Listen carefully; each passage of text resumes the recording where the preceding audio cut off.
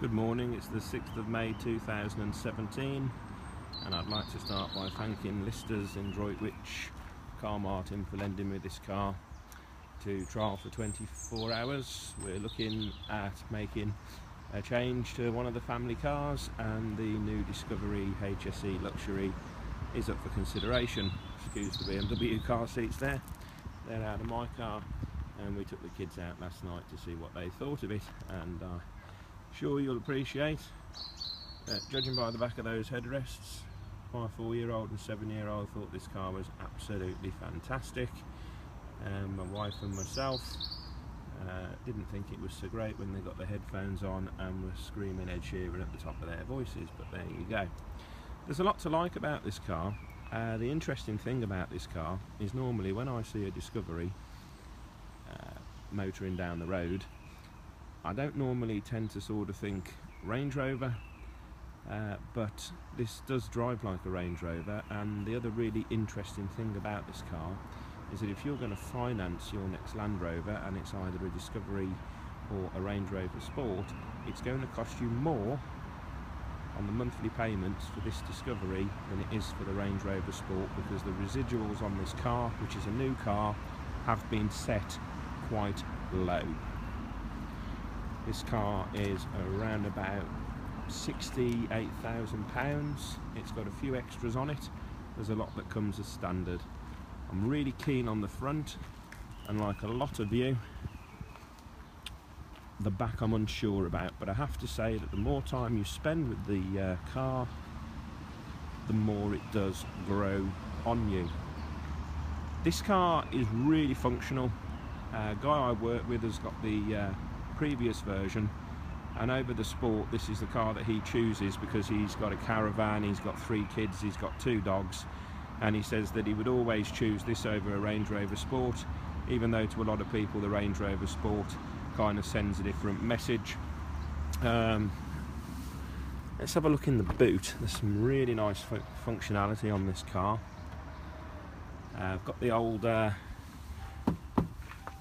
sit on here, which you've got a nice set of buttons over here, and you can control all of this through the buttons. There we go. Now this is the bit that I like. If you want to put the seats down, you can press this button and watch this.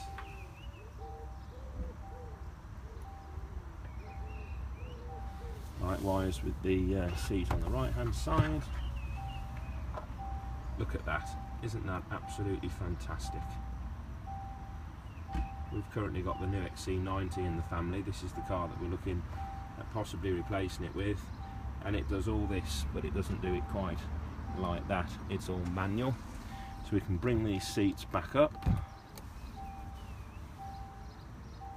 I mean, this is just absolutely effortless. I've got 2 prolapse discs in my lower back. I have to be really careful because I can bring on sciatic pain quite easily, and the twisting's no good, and that's just a joy. Now this is 7 seats.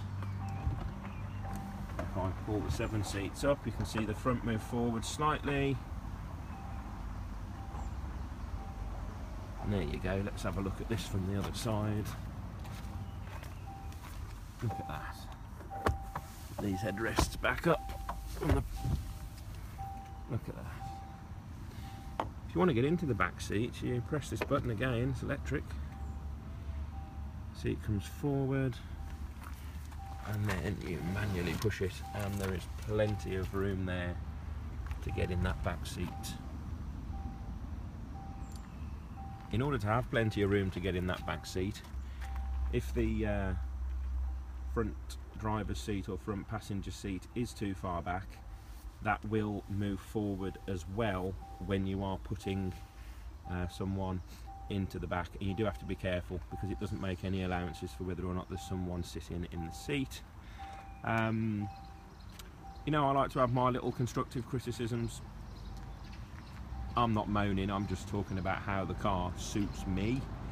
This rear door, it's massive.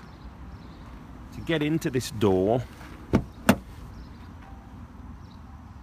that's about where I reckon you'd have if you were parking next to another car in a car park. You see what I'm saying? Because it's a long door like on a hatch, you're gonna really struggle. Your kids will probably be alright, but you're gonna really struggle to get that door wide open. Look how much space that door takes. The next, look at the where it points out the most. Look how much space that takes. You're not going to get that much room in a traditional car park. You might in America, but this is largely for the UK market. You're not going to get that much space next to you, so I do think that's going to catch some people out. I think they're going to find that rear door is just a little bit of a niggle. Let's put the seat back. There we go, and it goes back itself on the rake. Pop the boot down, put these two seats back. There we go. Look at that. It really does feel nicely built, this car. I know Land Rover do have some issues with reliability, and it's probably early days to say what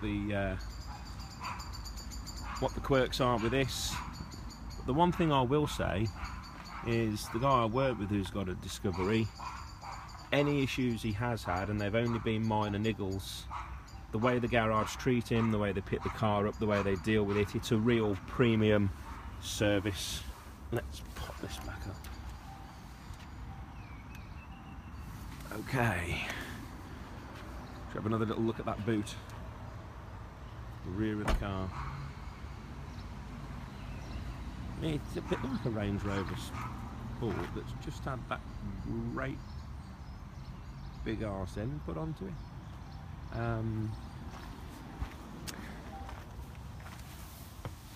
In the back, if you plug USB films in, they work fine. You can plug your HDMI in, they work fine. You've got the same again in the center console here, and you've also got a place to put your SIM card. The technology on this car is right up there next to the Tesla.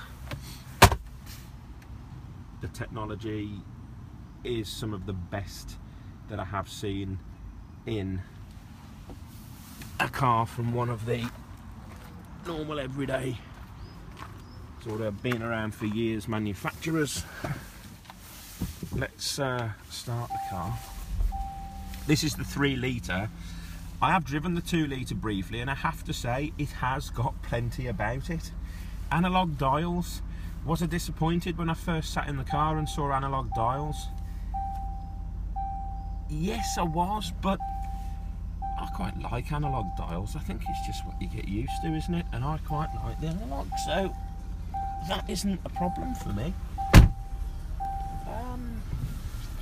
Let me show you the entertainment system. This car has got the Meridian surround system.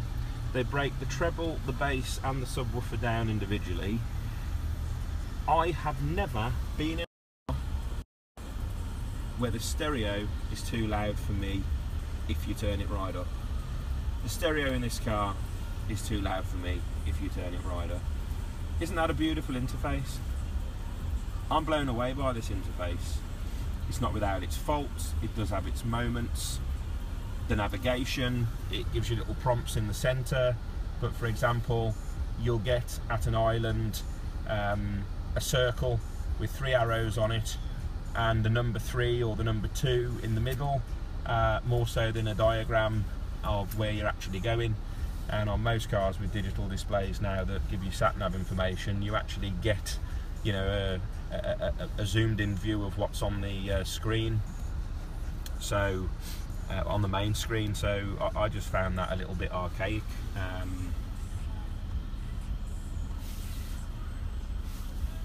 This car here has got the additional cooling function on the seat. I'm not keen on having a cold bum, but you can control it from here, or you can press on the temperature and you can control your seat from there as well if you like. Shortcut here to control it on the screen. you've got like the screen broken down into two sections. So you can see that's what's on the radio, that's my phone. If I click on here, I get my contacts list up, and there would be the navigation if I was going anywhere, and I've got it plumbed in. Just looking at the cameras for parking, my wife loves 360 surround.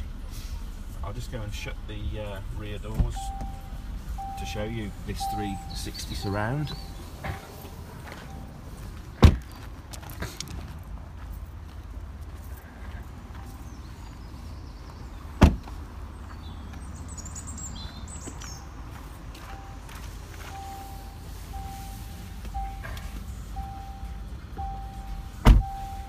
There you go. We've got this feature on the XC90. My wife, she loves big cars, but she wouldn't have a car this size without this feature. She finds it absolutely invaluable. I'd have liked to have seen a little bit more of what's around us. I feel on other cars, my BMW, you can see a little bit more, but it is enough and it does the job.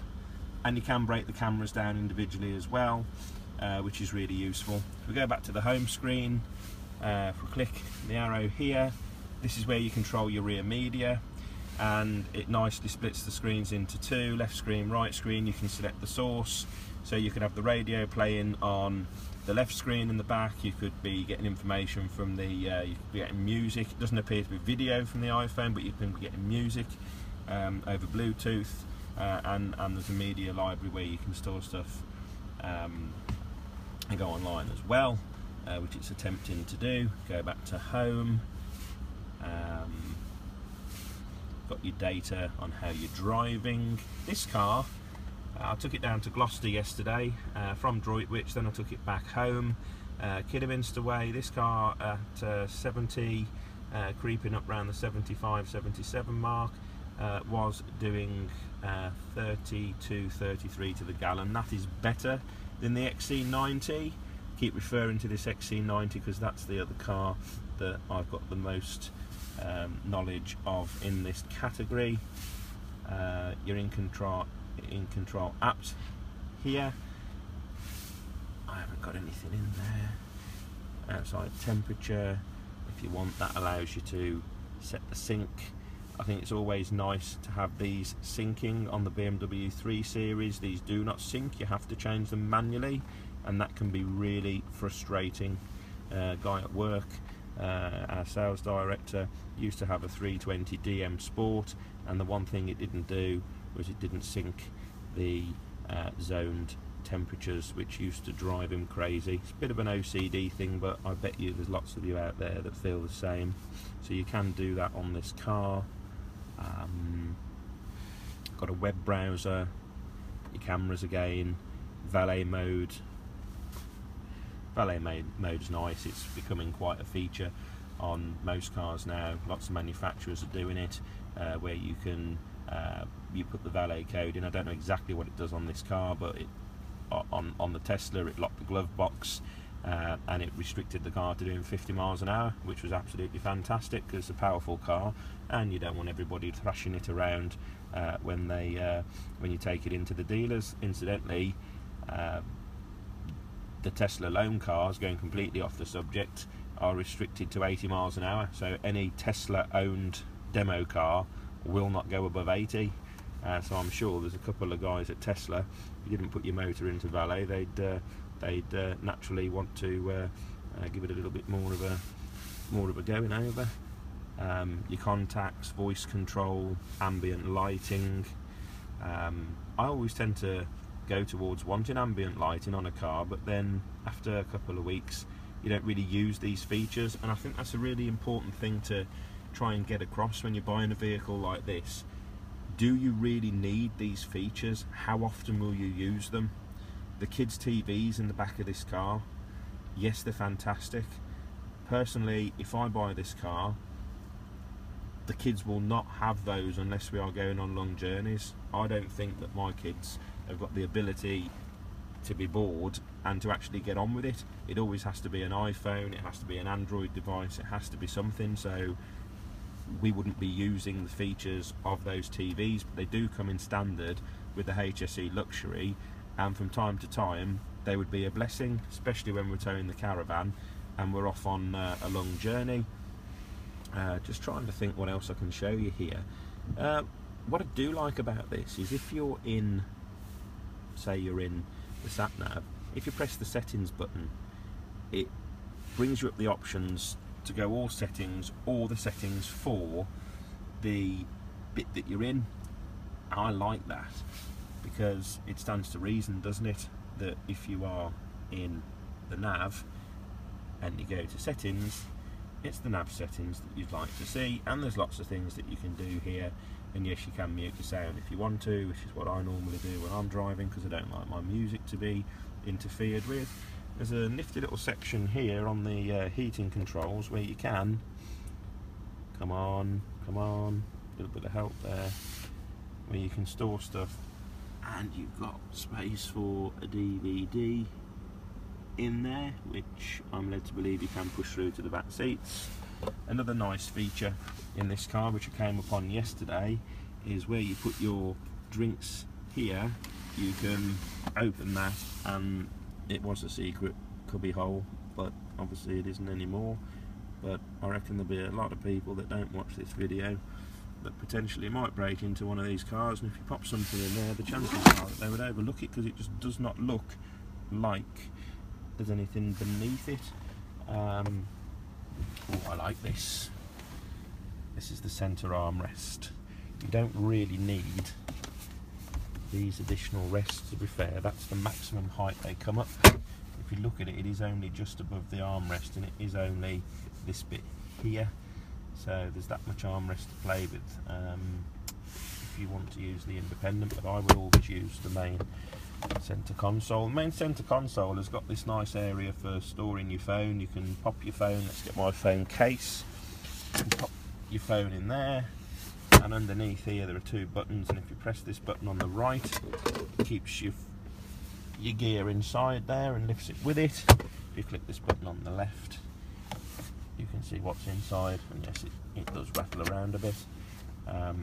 Again, just pointing out, in here you've got a place to put your SIM, and you've got two USBs, which are USB 3, and you've got a HDMI in as well. This car's got loads and loads of charging points. That's a cigarette lighter. There's charging points down here. There's 3 or 4 charging points in the back as well. You've got this springs back glove box at the top, and then you've got your main glove box at the bottom. Plenty of storage space in this car. You've got 2 panoramic roofs in this car, and you've actually got a sunroof as well on this one. These buttons, if you look at this button and this button, they're back to front. I'm sure there's a good reason, but you press that one back if you want that one to open, and you press that one forward if you want that one to open, and that does work with the direction that the roof blind's got to go. But come on, shouldn't they have been both back to open and both forward to close, or something like that? Because I know that would have been one of those, which way do we do it? But for me, I would have gone that way, because I tend to keep pressing them the wrong way, and because I'm mindful of it, I overthink it. Here we've got the SOS button. You see on lots of cars these days, we've got a button here which is, not sure exactly what that does, but it's got a spanner on it. I'm assuming that if you press it, you do something, or maybe it's just a light, I'm not sure, but there you go. So there is lots to like about this Discovery. The headrests, these in my new BMW, and quite nice, this headrest. It does grip your head very nicely. Let's go into the back of the car.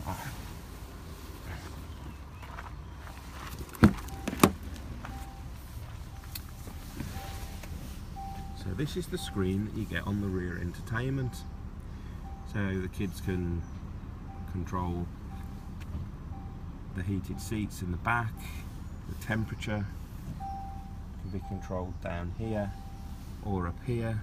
They can look at the navigation and they can select their media feed in. What did my kids do? What did I do the minute I saw this? This is what I did.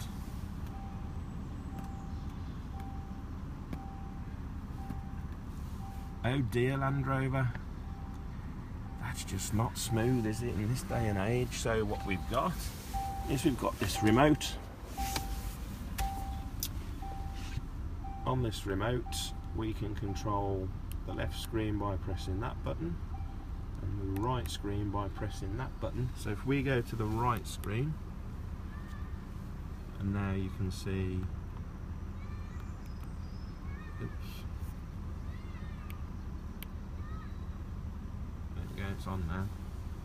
There you can see I am controlling with the remote. Press that for navigation. There we go. I have to say, on one of my whinges, that really disappoints me. In this day and age, what would it have cost? What's the reason that that is not a touch screen? You know, for the kids to be able to do this. It's how we all think these days, isn't it? You know, not with this remote. Got some nice headphones here, and on these headphones you can change the channel by pushing this, and you can control the volume by spinning this bit round here. Again, more storage up top, more storage down the bottom.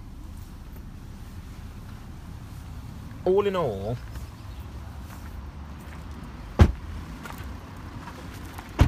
I really like the Discovery, and I'm seriously going to consider it.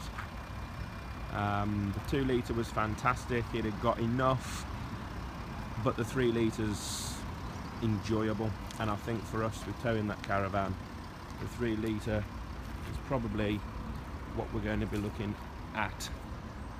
Probably am going to drive the Range Rover Sport as well, because if it's going to work out cheaper,